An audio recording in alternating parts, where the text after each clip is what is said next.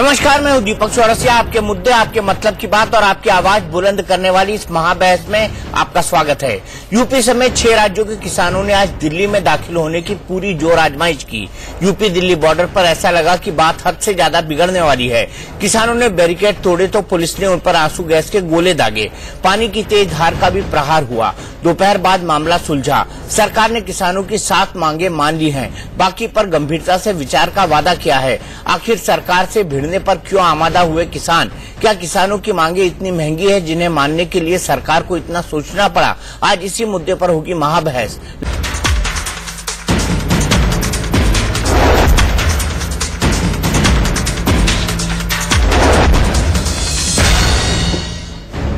क्या किसानों की मांगे इतनी महंगी हैं? इसी पर बात करने के लिए हमारे साथ हैं बीजेपी से राजीव जेटली जी, सुरेंद्र सिंह राजपूत कांग्रेस से, रोली मिश्रा जी एसपी से और अनिल तालान जी जो कि नेशनल जनरल सेक्रेटरी हैं भारतीय किसान यूनियन के। राजीव जेटली जी, सबसे पहले आपसे जानना चाहूंगा, सरकार इतनी असंवेदनशील क्यों हो गई कि 10 दिन से किसान चल रहे हैं लेकिन आज जाकर आपको सुध आई?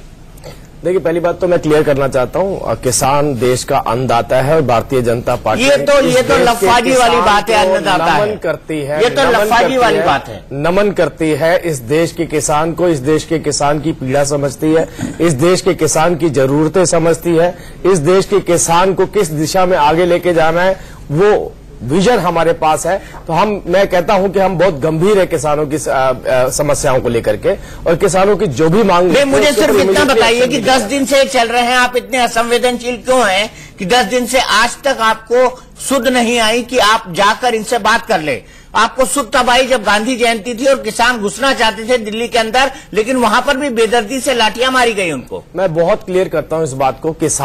किसान जब आप किसान की बात कह रहे हैं जिसे हम नमन करते हैं, वो कभी भी किसी भी तरीके से उपद्रव कभी नहीं करता। मेरे साथ मेरे किसान भाई बैठे, तो लाठी क्यों मारी? मैं आपको यही बता रहा हूँ। तो लाठी क्यों मारी? किसान कभी भी लाठियां पड़ी ना ताला साहब, मैं आपको लाठियां पड़ी हैं। अभी भी 3 किसान यहाँ के जिला अस्पताल में भर्ती हैं और एक किसान की अभी मुझे सूचना मिली है कि उसकी मृत्यु हो चुकी है।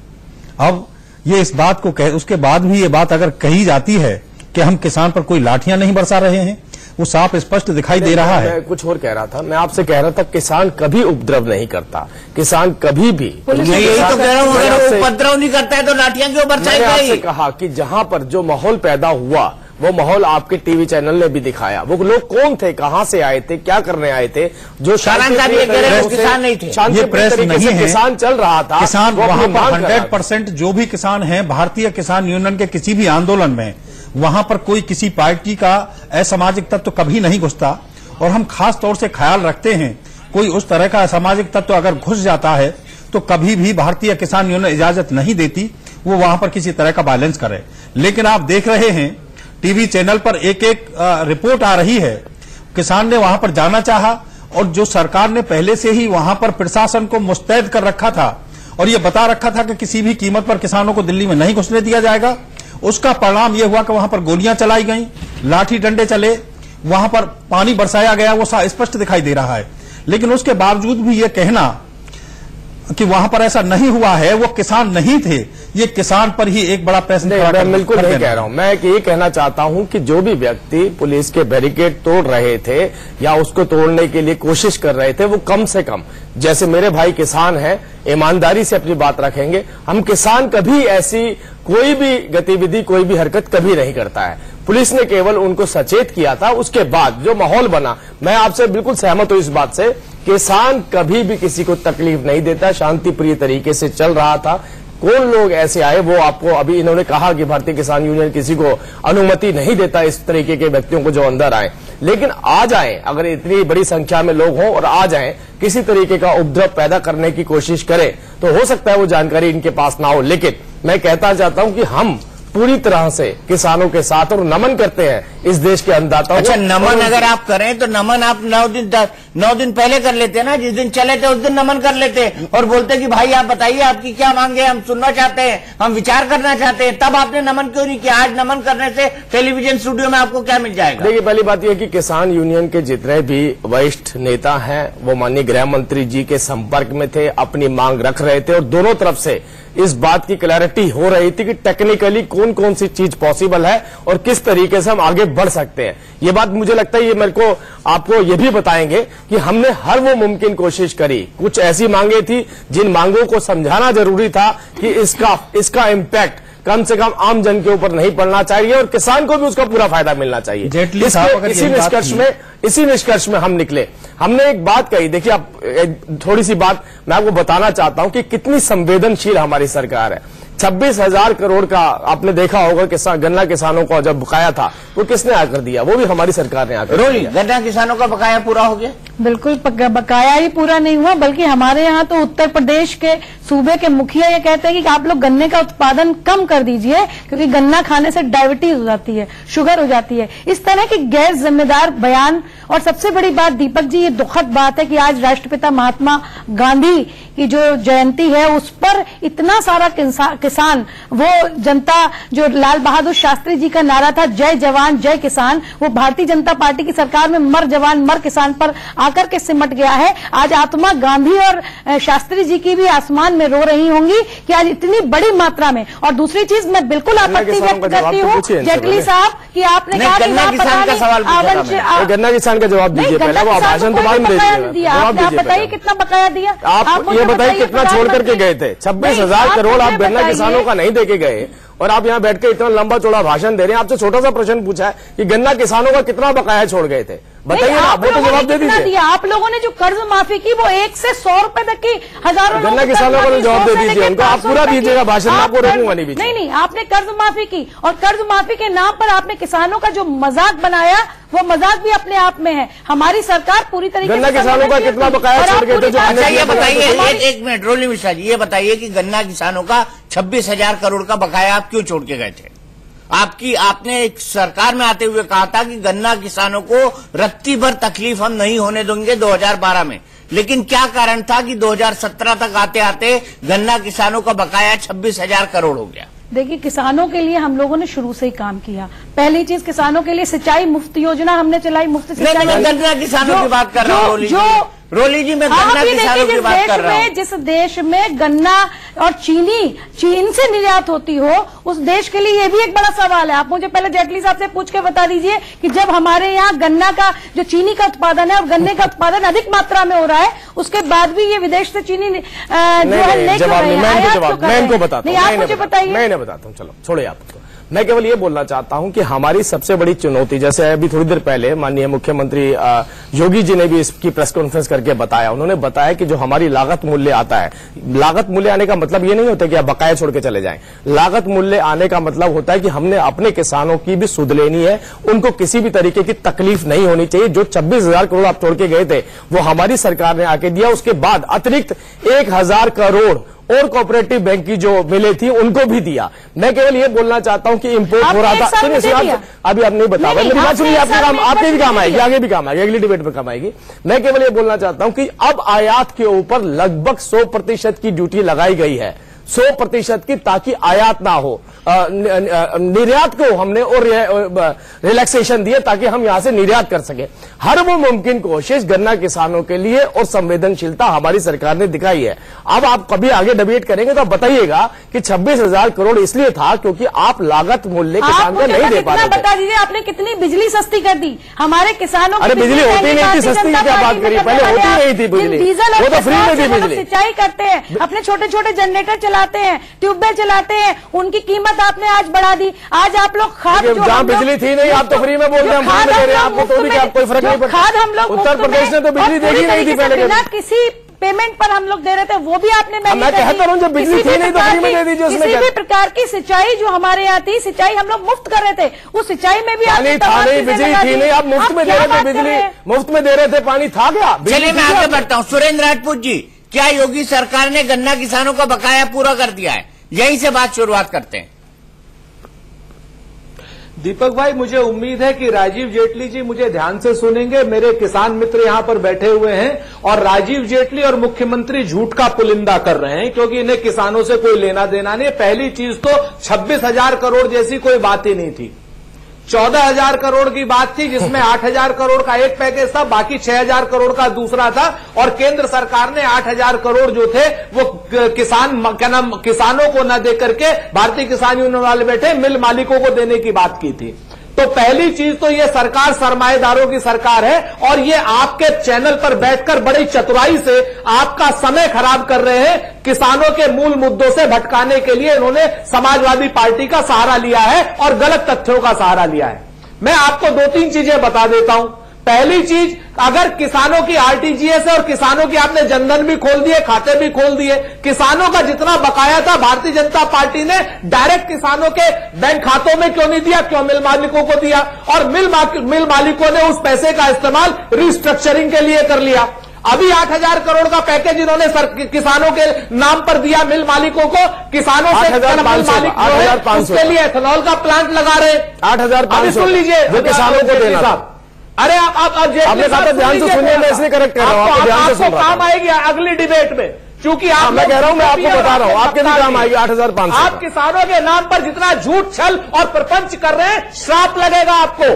हाँ, मैं अभी आपको श्राप का एक बहुत अच्छा तस्वीर दिखाने वाला हूं। कह रहा हूं, ये कांग्रेस का प्रवक्ता नहीं, एक किसान बोल रहा है। हाँ, ये किसान नहीं बोल रहा, मैं आपको किसान बताता हूं। धैर्य से सुनिए, आप झूठे भी हैं, आप मक्कार भी हैं। सुनिए यार, सुनिए मेरी बात। पिछले 10 दिनों में किसानों के लिए संवेदनशील सरकार का एक सबूत आपको दिखाता हूँ। राजपूत जी की पार्टी किसानों को आपको फूल माला लेके स्वागत करना चाहिए था। मैं आपको एक छोटी सी चीज दिखाना चाहता हूँ। हो गया राजपूत जी, हो गया, बहुत लंबा बोलिए। मैं ध्यान से सुन रहा हूँ आपको। अब सुनिए मेरी बात। दिल्ली किसकी है? ये एक सुनिए मेरी बात। हाँ, सुनिए। अगर आपका कैमरा जूम हो सकता है तो मैं किसानों को लेकर कांग्रेस कितनी संवेदनशील थी, एक छोटा सा चित्र दिखाना चाहता हूँ आपको। किसानों को लेकर काम आएगी आपको, आपके भी काम आएगा। सुनिए, अगर आपका कैमरा जूम हो सकता है तो मैं केवल इतना दिखाना चाहता हूँ, कांग्रेस सरकार के अंदर गीता पुत्र धर्मवीर, एक किसान जिसको कांग्रेस ने चेक दिया। राजपूत जी, एक मिनट, अगर आप निर्बाध गति से बोलते रहे तो काम नहीं होगा, नहीं चलेगा। ये भाजपा की गुंडागर्दी नहीं चलने वाली है। सुरेंद्र राजपूत जी, आपने अपनी बात पूरी की। मैंने कहा ना, ये भाजपा की गुंडागर्दी नहीं चलने वाली।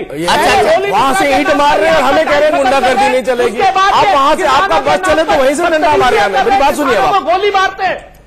आप सुनिए, देखिए मैं एक छोटी सी बात बताना चाहता हूँ।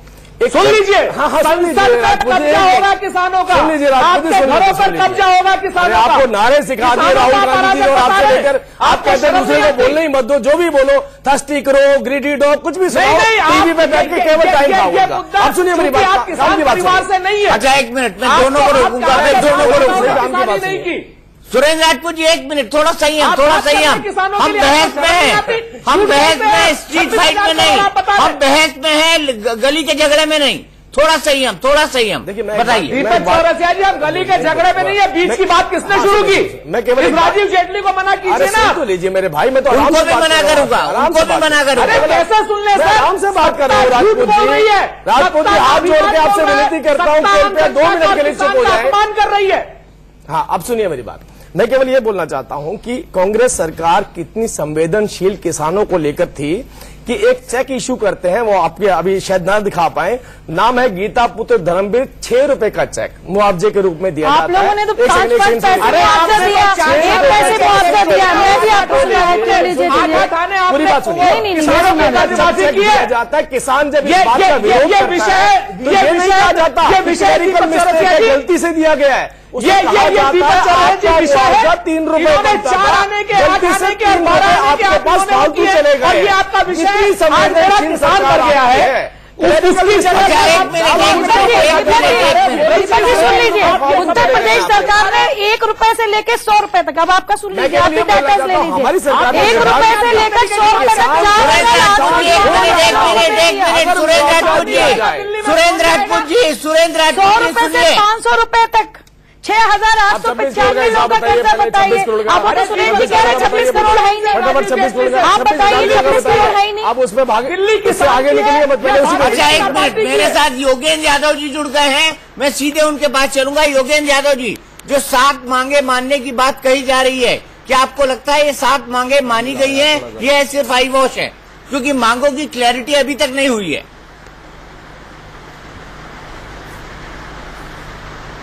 हाँ, भाई आप सही कह रहे हैं कि अभी तक पूरी क्लैरिटी नहीं हुई है। देखिए, जब कोई भी आंदोलन होता है तो उसका एक लंबा मांग पत्र होता है, 10-12 मांगों का। इनका भी ये जो यात्रा थी इसका भी मांग पत्र था, लेकिन मैं समझता हूं इसकी सबसे प्रमुख मांगें 3 थी। 2 बिल्कुल बुनियादी मांग। पहला ये कि किसानों को उनकी उचित दाम एक कानूनी अधिकार के रूप में मिले, जो कि सरकार ने नहीं किया है। ये जो C2 प्लस 50% की जो मांग है उसको BKU टिकैत ने भी एंडोर्स किया था और उन्होंने कहा था कि जेटली जी ने, मोदी सरकार ने हमें वो नहीं दिया है। दूसरा सवाल था किसानों की ऋण मुक्ति का। इन दोनों सवालों पे सरकार ने क्या माना है मुझे तो कुछ दिखाई नहीं देता। मैंने भी वो एक पन्ना पढ़ा है, वो 7 बातें, उसमें इन दोनों का कहीं जिक्र नहीं है। तीसरी बात थी गन्ने के किसानों के बकाया पेमेंट के बारे में और गन्ने के किसानों को ठीक दाम मिलने के बारे में, उसके बारे में भी कोई स्पष्ट बात नहीं है। उसके अलावा छोटी छोटी चीजें बचती हैं, वो ट्रैक्टर को कितने साल में कबाड़ किया जाए, नहीं किया जाए, फसल बीमा योजना की शर्त में थोड़ा सा मॉडिफिकेशन किया जाए। मैं समझता हूं ये केंद्रीय बात नहीं है। सबसे महत्वपूर्ण ये 2 मुद्दे थे और इन 2 मुद्दों पर अभी तक सरकार ने मेरे विचार से कुछ नहीं दिया है और मेरी उम्मीद है कि भारतीय किसान यूनियन टिकैत का नेतृत्व केवल छोटी छोटी बातें मान के और सस्ते में नहीं निपटेगा। वो किसानों के जो बड़े मुद्दे हैं उनको उठाएगा, उस पर टिकेगा। नहीं तो फिर छवि यही बनती है कि अच्छा ये सब आंदोलन तो सिर्फ दिखावे के लिए होते हैं, पहले से सेटिंग हुई रहती है।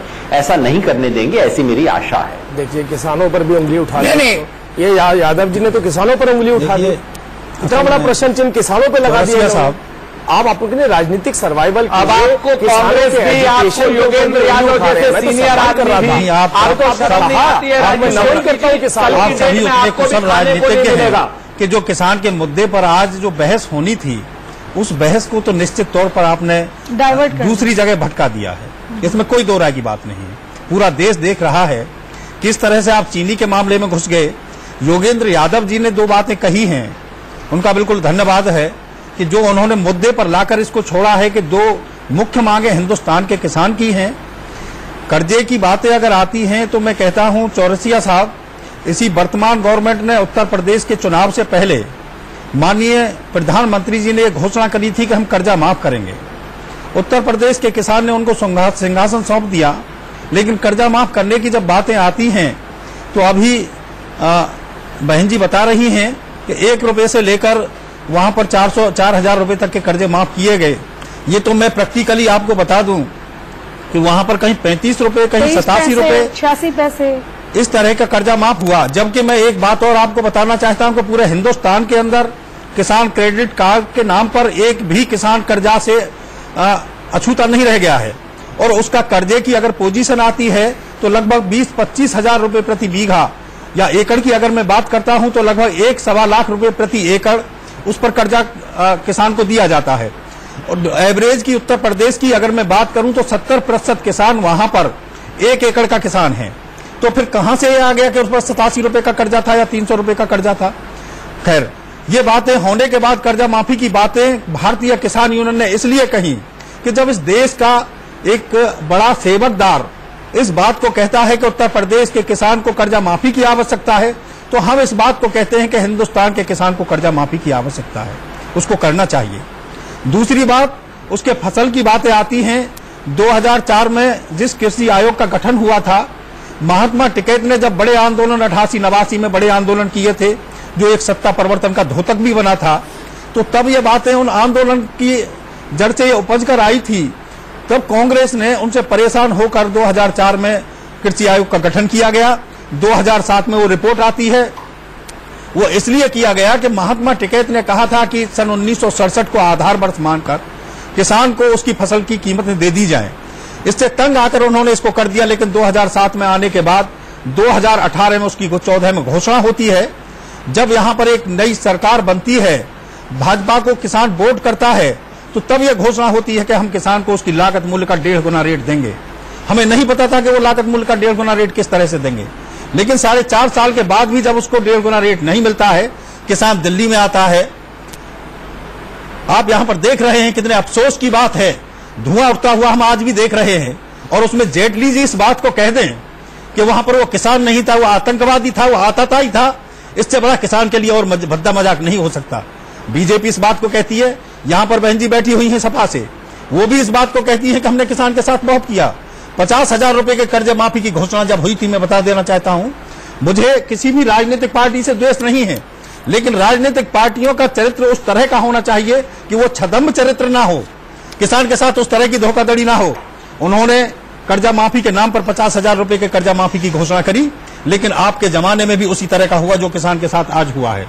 दूसरी बात, उन्होंने कहा था कि हमने सिंचाई के नाम पर कहा था, एक नहरी आपासी को फ्री कर दिया गया और बिजली नलकूप को फ्री किया गया, लेकिन दुर्भाग्य की बात रही, जिस किसान ने अपने निजी पैसे से नलकूप लगाए गए उसको फ्री नहीं किया गया। मैं खासतौर से योगेंद्र यादव जी को बताना चाहता हूं, योगेंद्र यादव जी किसान की बात करते हैं, यहां सरकार में शामिल रहने के बाद उन्होंने किसान के मुद्दे उठाए हैं, ये वो करें या ना करें, लेकिन किसान के मुद्दे उन्होंने उठाए हैं। ये किसान के लिए एक राहत की बात होती है।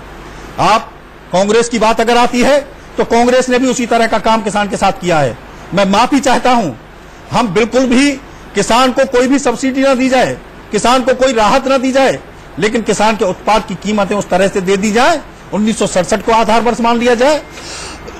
अन्यथा आज जो कृषि आयोग की रिपोर्ट थी C2+50 उसमें दे दिया जाए तो किसान को किसी भी सब्सिडी की आवश्यकता नहीं होगी। योगेंद्र यादव जी, क्या किसानों के इस आंदोलन को सरकार ने मिस हैंडल किया, आपको ऐसा लगता है?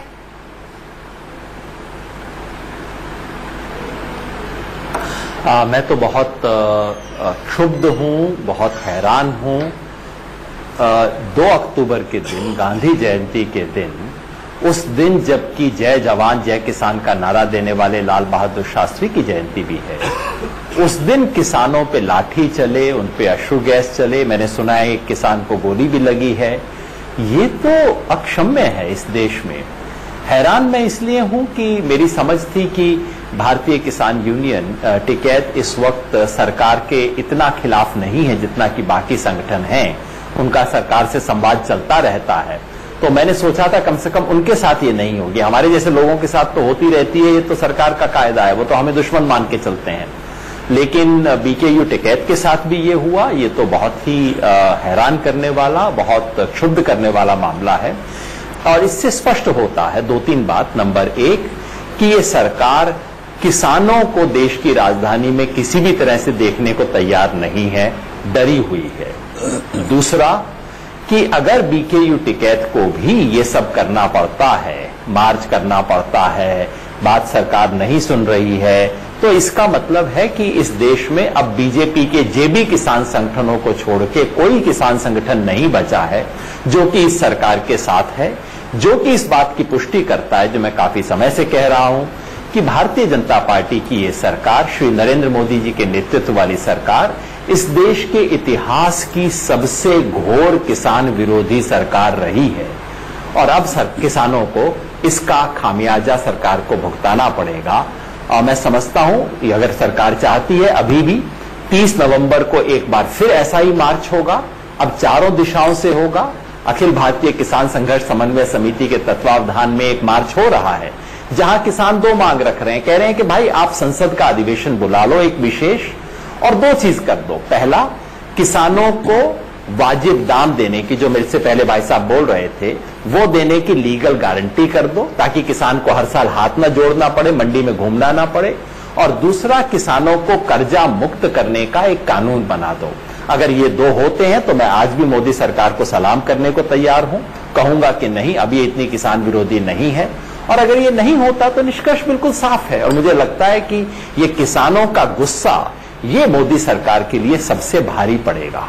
राजीव जेटली जी, क्या आपको लगता है कि ये सरकार पूरी तरह से किसान विरोधी होती जा रही है? जो सवाल योगेंद्र यादव जी ने, योगेंद्र जी की बात से मैं बहुत हैरान हूँ। कम से कम ये अपेक्षा नहीं कर रहा था, क्योंकि बहुत अच्छे सभ्य तरीके से बात रखते हैं। बहुत वक्त इन्होंने लुटियन दिल्ली में बिताया है और इन्हें किसानों की समस्याओं के बारे में बहुत ज्यादा नॉलेज है, बहुत जानकारी रखते हैं। इन्होंने कहा कि ये सरकार किसानों को लेकर आज तक की सबसे असंवेदनशील सरकार है। मैं योगेंद्र यादव जी को इस चैनल के ऊपर बोलता हूं, एक भी तुलना ऐसी रख दे जो हमसे पहले की किसी भी सरकार ने किसानों के लिए हमसे ज्यादा किया हो। आप सिंचाई के ऊपर बात कर लें, आप एमएसपी के ऊपर बात कर लें, आप किसी भी सुन लीजिए यादव जी, सुन लीजिए मैं कह रहा हूँ एक भी ऐसी बात रख दे चैनल के ऊपर जिसमें ये बता पाए कि साथ मैं आपको ये बता रहा हूँ, वो स्वामीनाथन जी मैं केवल ये बताना चाहता हूँ एक भी बात ऐसी जरूर रखें आप किसी भी क्षेत्र में सिंचाई को सुरेंद्र जी एक मिनट सुरेंद्र जी एक मिनट आप बोलिए उस सरकार ने आपकी सरकार से बेहतर किसानों के बीच में बोलने का ठेका खाली राजीव जेटली। अरे मैं कह रहा हूँ भाई, अरे अब देखिए आप बीच में आपको थोड़ी मिडलमैन बुलाया मैंने, मैं योगेंद्र यादव जी हाँ बीच में बोलने का ठेका तो खाली राजीव जेटली। एक बात ऐसी बता दें मैंने राजपूत जी में आपके बात किया होगा, 1 मिनट सब 1 मिनट केवल इतना बोल रहा हूँ 9% किसानों को ऋण मिला करता था। हमारी सरकार ने उस ऋण को 4% पे करके केंद्र सरकार ने कहा कि बाकी के 5% हम देंगे अपनी जेब से, किसानों के ऊपर ब्याज दर ज्यादा नहीं होनी चाहिए। अब सिंचाई की बात करिए 50,000 करोड़ रुपए की सिंचाई व्यवस्था हम लेकर आ रहे हैं।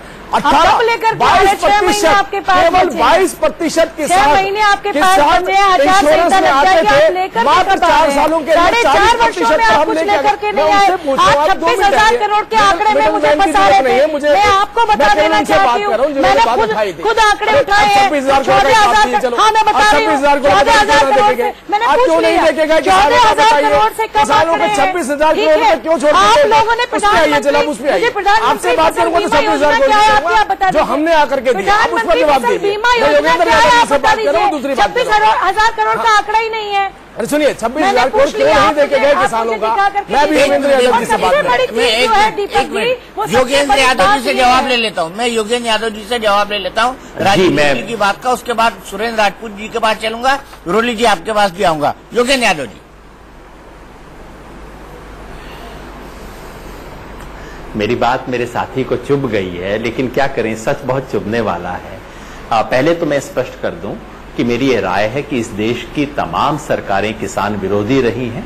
70 साल में उन्होंने किसान को अस्पताल में पहुंचा दिया और इस बीजेपी सरकार ने अस्पताल से उठा के उसे आईसीयू में पहुंचा दिया। बस यही फर्क है, बाकियों को मैं किसान समर्थक नहीं मानता।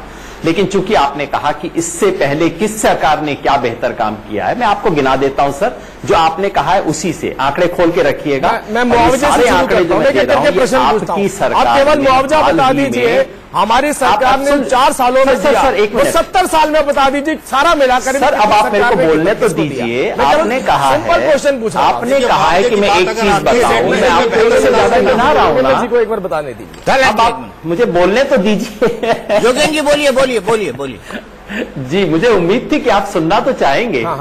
मैं जो आंकड़े दे रहा हूं ये आपकी सरकार ने हाल ही में डबलिंग ऑफ फार्मर्स इनकम की एक रिपोर्ट रिलीज की है कमेटी की, उससे दे रहा हूं। आपकी अपनी कमेटी की रिपोर्ट है, कहीं आए बाएं से नहीं दे रहा हूं। है नंबर 1, जहां तक एमएसपी की वृद्धि का सवाल है, पिछले 15 साल में 3 सरकारें इस देश में आई हैं, यूपीए 1, यूपीए 2 और एनडीए 2। इन तीनों सरकारों में यदि 5 साल में एमएसपी की वृद्धि देखें तो सबसे निकम्मी सरकार आपकी सरकार रही है। आंकड़े की बात है, झूठी होगी तो मैं बोलना बंद कर दूंगा अगर आप उसको चैलेंज करेंगे तो। नंबर 2, किसी एक साल में वृद्धि, आपने कहा ऐतिहासिक वृद्धि। 24 फसलें हैं, आपने 14 का भी किया है। इन 14 में से 12 फसलों में सन 2008-9 में प्रतिशत वृद्धि ज्यादा हुई थी बजाय इसके कि जो आपने आज की है, यानी कि रेवड़ी बांटने में आपसे बेहतर तो पिछली सरकार थी। तीसरा, आपने कहा बजट का कितना खर्च हुआ। जो वीपी सिंह की सरकार ने कृषि के ऊपर बजट का खर्च किया था वैसा ना उससे पहले किसी सरकार ने किया ना उसके बाद किसी सरकार ने किया। और आप कितनी लंबी लिस्ट मेरे से चाहते हैं? तो आपसे और हाँ एक और बात बता दूं, जो बजट को दोगुना लगभग देश के अंदर कई बड़े-बड़े पड़े, सन 2009 सन 2010 का जो सूखा था वो भी केवल एनडीए की सरकार जो था। मैं योगेंद्र जी मैंने आपसे पूछा कितना मुआवजा एक किसान की सबसे बड़ी जरूरत होती है।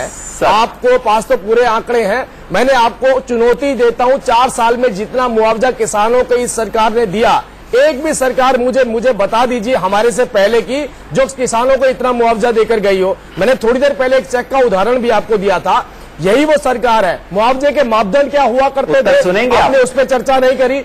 50% उसका पैमाना रखा जाता था, 33% पे कौन लेके आया, वो भी हमारी सरकार लेकर के आई। मुझे इस बात की हैरानी है, मैं आपका बहुत सम्मान करता हूं, मैं आपको बहुत देखता हूं, लोधी कॉलोनी में इधर उधर बहुत देखता हूं मैं, और किसानों के ऊपर जब चर्चा सुनता हूं आपसे तो और भी अच्छा महसूस होता है मुझे। लेकिन जमीन पे किसान काम करता है, जवाब ले लें, जवाब ले लें, जवाब योगेंद्र भाई।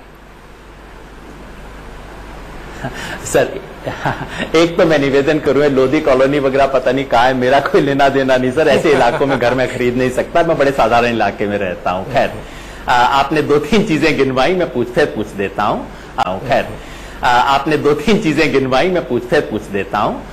पहला आपने कहा कि ये जो सरकार का जो सूखे के अंदर राहत वाली बात है, हमने सुप्रीम कोर्ट में एप्लीकेशन फाइल करके जवाब मांगा है कि हमें बताइए कितने राज्यों में कितना मुआवजा दिया गया। सरकार ने आज तक सुप्रीम कोर्ट में इसका जवाब तक नहीं दिया है। आपने कहा कि सरकार ने बजट को 2 गुना कर दिया है। मैं विनम्रता से कहता हूं ये झूठा आंकड़ा है, मैं लिख के बता चुका हूं। इस देश के प्रधानमंत्री ने झूठ बोला, इसलिए मैं आपको दोष नहीं देता, लेकिन ये शुद्ध झूठा आंकड़ा है। दरअसल इस देश के बजट का 2.75% हर बात को झुठलाते चले जा रहे हैं, सर बात को तो निकालते चले जा रहे हैं। आंकड़ा गलियों में योगेंद्र जी आप घूमते हैं, बजट राज्य के अंदर ही एक सरकार ने लगभग 2,500 करोड़ रुपया किसानों को मात्र 4 महीने के अंदर दिया, वो भी सरकार आते ही। चुनाव मतलब सरकार बनते ही। ये मुआवजे का खेल पिछली सरकारों में चुनावों के वक्त होता था, वो प्रथम 4 वर्षों के अंदर 2,500 करोड़ दिया। मैं यही आपको रोकूंगा, मैं सिर्फ आपसे एक लाइन पूछूंगा, क्या ये आंदोलन चलेगा? देखिए चौरसिया साहब, ये महा डिबेट के नाम से आपने चलाई तो इसलिए थी कि आज जो किसान हरिद्वार से चलकर दिल्ली में आ रहा है, वो आखिर क्यों दिल्ली में नहीं घुसने दिया गया। उसकी 2 मुख्य मांगे थी, किसान का कर्जा माफ हो, उसकी फसल की कीमत स्वामीनाथन के अनुसार C2+50 में दी जानी चाहिए। लेकिन यहां पर यह बताया गया कि हमने कौन सा काम कब ज्यादा कर दिया। प्रश्न इस बात का नहीं था, प्रश्न इस बात का था कि आज जो किसान के साथ हुआ है और किसान के साथ जो आज आवश्यकता है, किसान पूरी तरह से कर्जे में उस तरह से लद गया है। योगेंद्र यादव जी तो कहते हैं कि वो ICU पहुंच गया है, लेकिन मैं इस बात को कहता हूं कि आज 71 वर्षों के दरमियान हिंदुस्तान की समस्त राजनीतिक पार्टियों ने किसान को फांसी के फंदे पर लटका दिया, फांसी के फंदे पर लटका दिया है। क्या वाकई में हालात ऐसे हैं? मैं आपको यही रोकूंगा, अफसोस मेरे पास वक्त इतना ही है, लेकिन मैं ये कहना चाहूंगा कि किसान हमारा अन्नदाता है, और अगर उसकी मांगे जेन्युइन है, जो जेन्युइन दिखाई देती है, तो उस पर सरकार को तेजी से कार्रवाई करनी चाहिए। हमारी महाबहस में आज के लिए इतना ही, लेकिन इंडिया न्यूज पर खबरों का सिलसिला लगातार जारी है।